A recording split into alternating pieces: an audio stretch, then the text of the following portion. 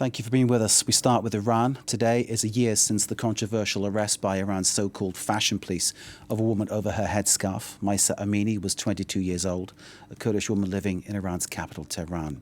Fashion police, perhaps too cozy a term for the hardline officers who crack down on any contravention of the rules imposed by the regime in Iran on clothing. 3 days later, Mahsa was dead in police custody. The police deny wrongdoing, but the story of torture, humiliation, beating, and then her death leaked out. The protests that her death inspired soon became a movement calling for change in Iran. We have two guests here to discuss the situation. Leela Jacinto is our international affairs editor. We also have, on the other side of the studio, an Iranian filmmaker, Sepideh Farsi. Sepideh, thank you for being with us. I'm starting with Leela, though. The situation, clearly first anniversary of Mahsa Amini's death, it is a real milestone. Has this led to any protests? I would like to see a stepping up of protests. What's the situation? Well, it is a nightmare milestone for the Iranian regime. And Iranian President Ibrahim Raisi was asked about this in a rare interview with a U.S. network on Tuesday. He was specifically asked that if there are protests on the anniversary, will security forces crack down? And he did not mince his words. He basically said, if there are protests, they are protests by foreign agents. That's what he called them. They are foreign agents who are out to destabilize Iran. And he said, in no uncertain terms, we know what will happen to them. We know what happened to the extraordinarily brave Iranian women and men, young girls and boys who took to the streets. The statistics are more than 200 people killed. This is what we know. More than 20,000 arrested, at least 7 men executed in connection to the protest. So yes, this is a very difficult, for the regime's point of view, this is a difficult moment because, they really fear that the anti-regime protests, the movement could rejuvenate. And I mean, fundamental to all this is there's been a crackdown and they've managed to push this under the ground for now. But, the structural problems remain. Iranian youth, and it's an extraordinarily young population, more than, it's something like 60% of the Iranian population is under the age of 30. The regime is deeply discredited with the youth. So, I mean, the existential problems, the structural problems remain.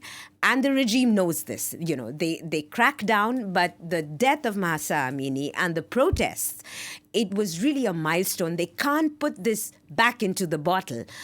So it's a weak regime, and they know it. And the Iranian people are also aware of this is how the system works. They are patient, but they're not going to give up. So they may crush the protests for now, but the regime is weak.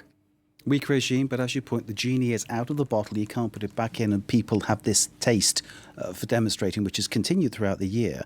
It's been a nightmare year for many of the protesters, of course, who took to the streets because of Mahsa Amini's death. And you've dealt with this on our website, France24.com.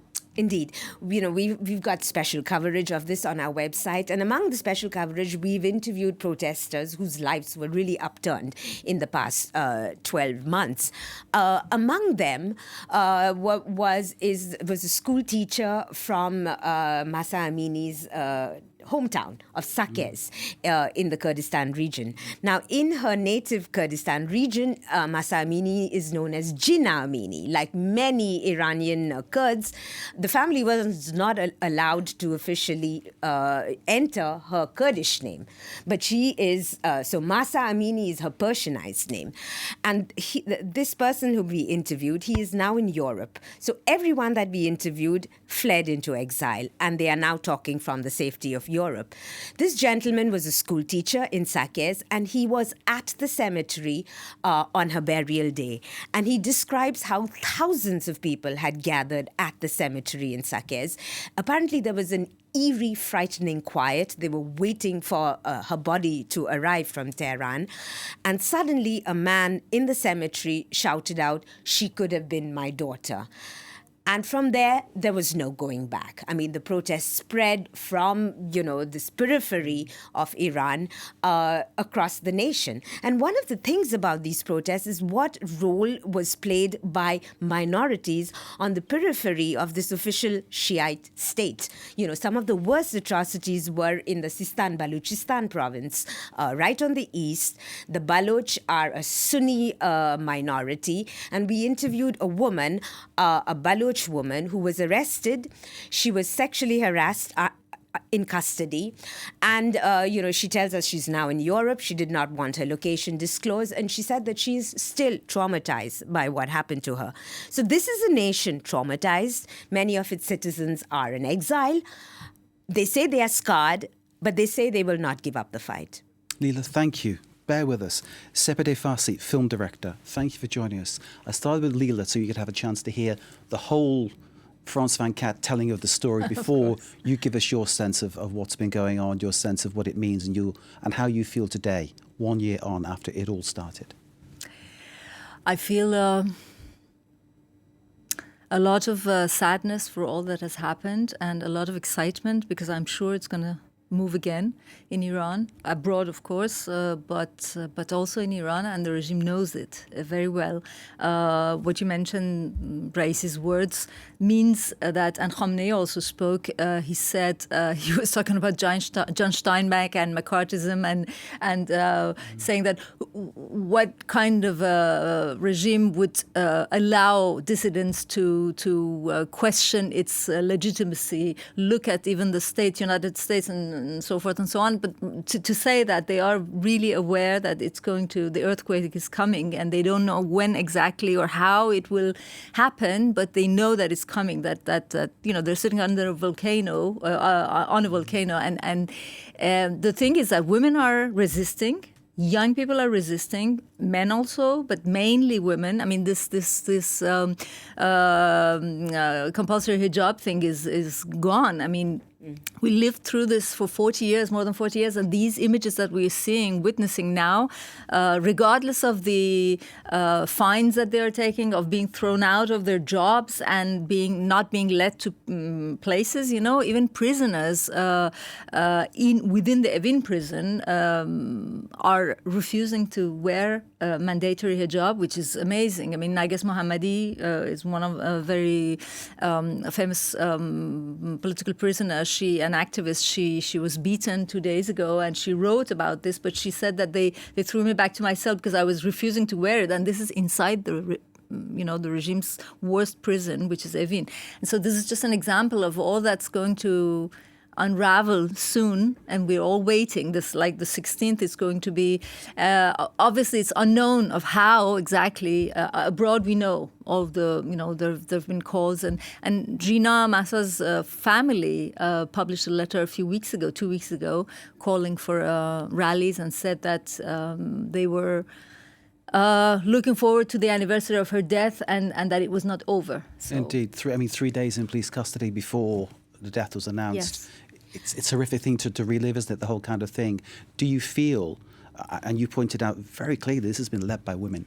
Yes. That kind of bravery. Absolutely. And Mahsa's death was, it's not at all incidental, but it was one incident or accident or death that triggered a whole movement. But a few months before her death, there had already been arrests of filmmakers, men and women, of Sepideh Farsi, who is another activist who had been arrested because she protested refusing to wear the hijab. And that went unknown or unnoticed. And then a few days or weeks after that, Mahsa's death triggered all this. But I mean that for the past months before September 2022, there had been a huge amount of tension within Iran, but the media abroad was probably not aware of it, because then it all of a sudden exploded with this incident. Did you go through have you been through any kind of harassment in that sense? Have you found any problems doing your job, being a woman? Well, yes, of course. To begin with, I was imprisoned at the age of 16, and I spent almost a year in jail. Imprisoned? Yes. Wow. So that was the beginning of my adventures, and then I was banned from school and from university, so I had to leave Iran because I could not do anything there. And that was because you... Because I was active politically as a high school student at the age of 16. These are the kind of things that any young person in any country which has rights would be able to do and express and get involved in, and maybe even be praised for it. And people would take harder than that for less of that. Meaning for wearing jeans or for wearing shorts, or this kind of, you could be arrested in Iran, obviously. So, I mean, it's the list is so long that you can't, go over it, obviously. So I know Leela's dying to ask you a question. Please come in. Please come in. It's not really a question, but I mean, people like you, Sepideh, there are so many Iranians in exile, and I feel like, we need to take note and take our hats off to the mobilization of Iranian exiles. 10% of our population is in exile, 8 million. 10%, 8 million people. Yes. It's a stunning statistic, isn't it? Yes. Absolutely. And they are the ones who can reach people in Iran, which is also of tremendous support for people inside Iran, because they are getting the news from abroad. So the community in exile is extraordinarily mobilized and are not likely to keep this quiet. Do you have are there any events for the anniversary that you're going to be at? Many, yes. In Paris itself, there will be a garden in the 10th arrondissement that will be named after Mahsa Amini on Saturday morning, and then there's a press conference held, and then there's a rally in the evening. So, and there are many other events. On the 22nd of September, there will be also letters from women political prisoners. One of them is Narges Mohammadi. 5 of them have written letters that they sent out of prison.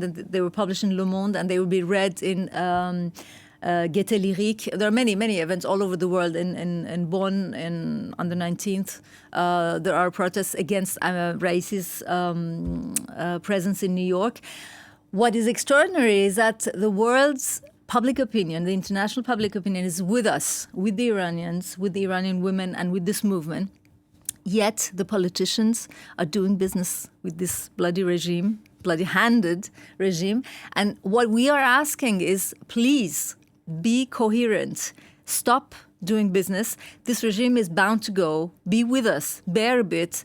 It's not because of one contract or one hostage who is going to be freed, and 2 weeks later another hostage will be taken from another country, or, that prolonging this regime's life is really a treason to the people of Iran. So what we are demanding is coherence and the international politicians level, and stopping, like Iranian deputy being in the Human Rights Commission in the UN. It's a joke. It's I don't know. It's not coherent, as you say. No, it's not. So that's what we are demanding, really, from all the politicians. Sepideh, I need to stop you there. I could talk to you all night, though. It's fascinating to hear your take on the situation and your experiences that you lived through. Thank you so much for joining us, Sepideh Farsi, Iranian film director, on the anniversary of the arrest of Mahsa Amini, which, of course, kicked off this whole year of demonstrations in Iran. Thanks to Leela Jacinto, our international affairs editor.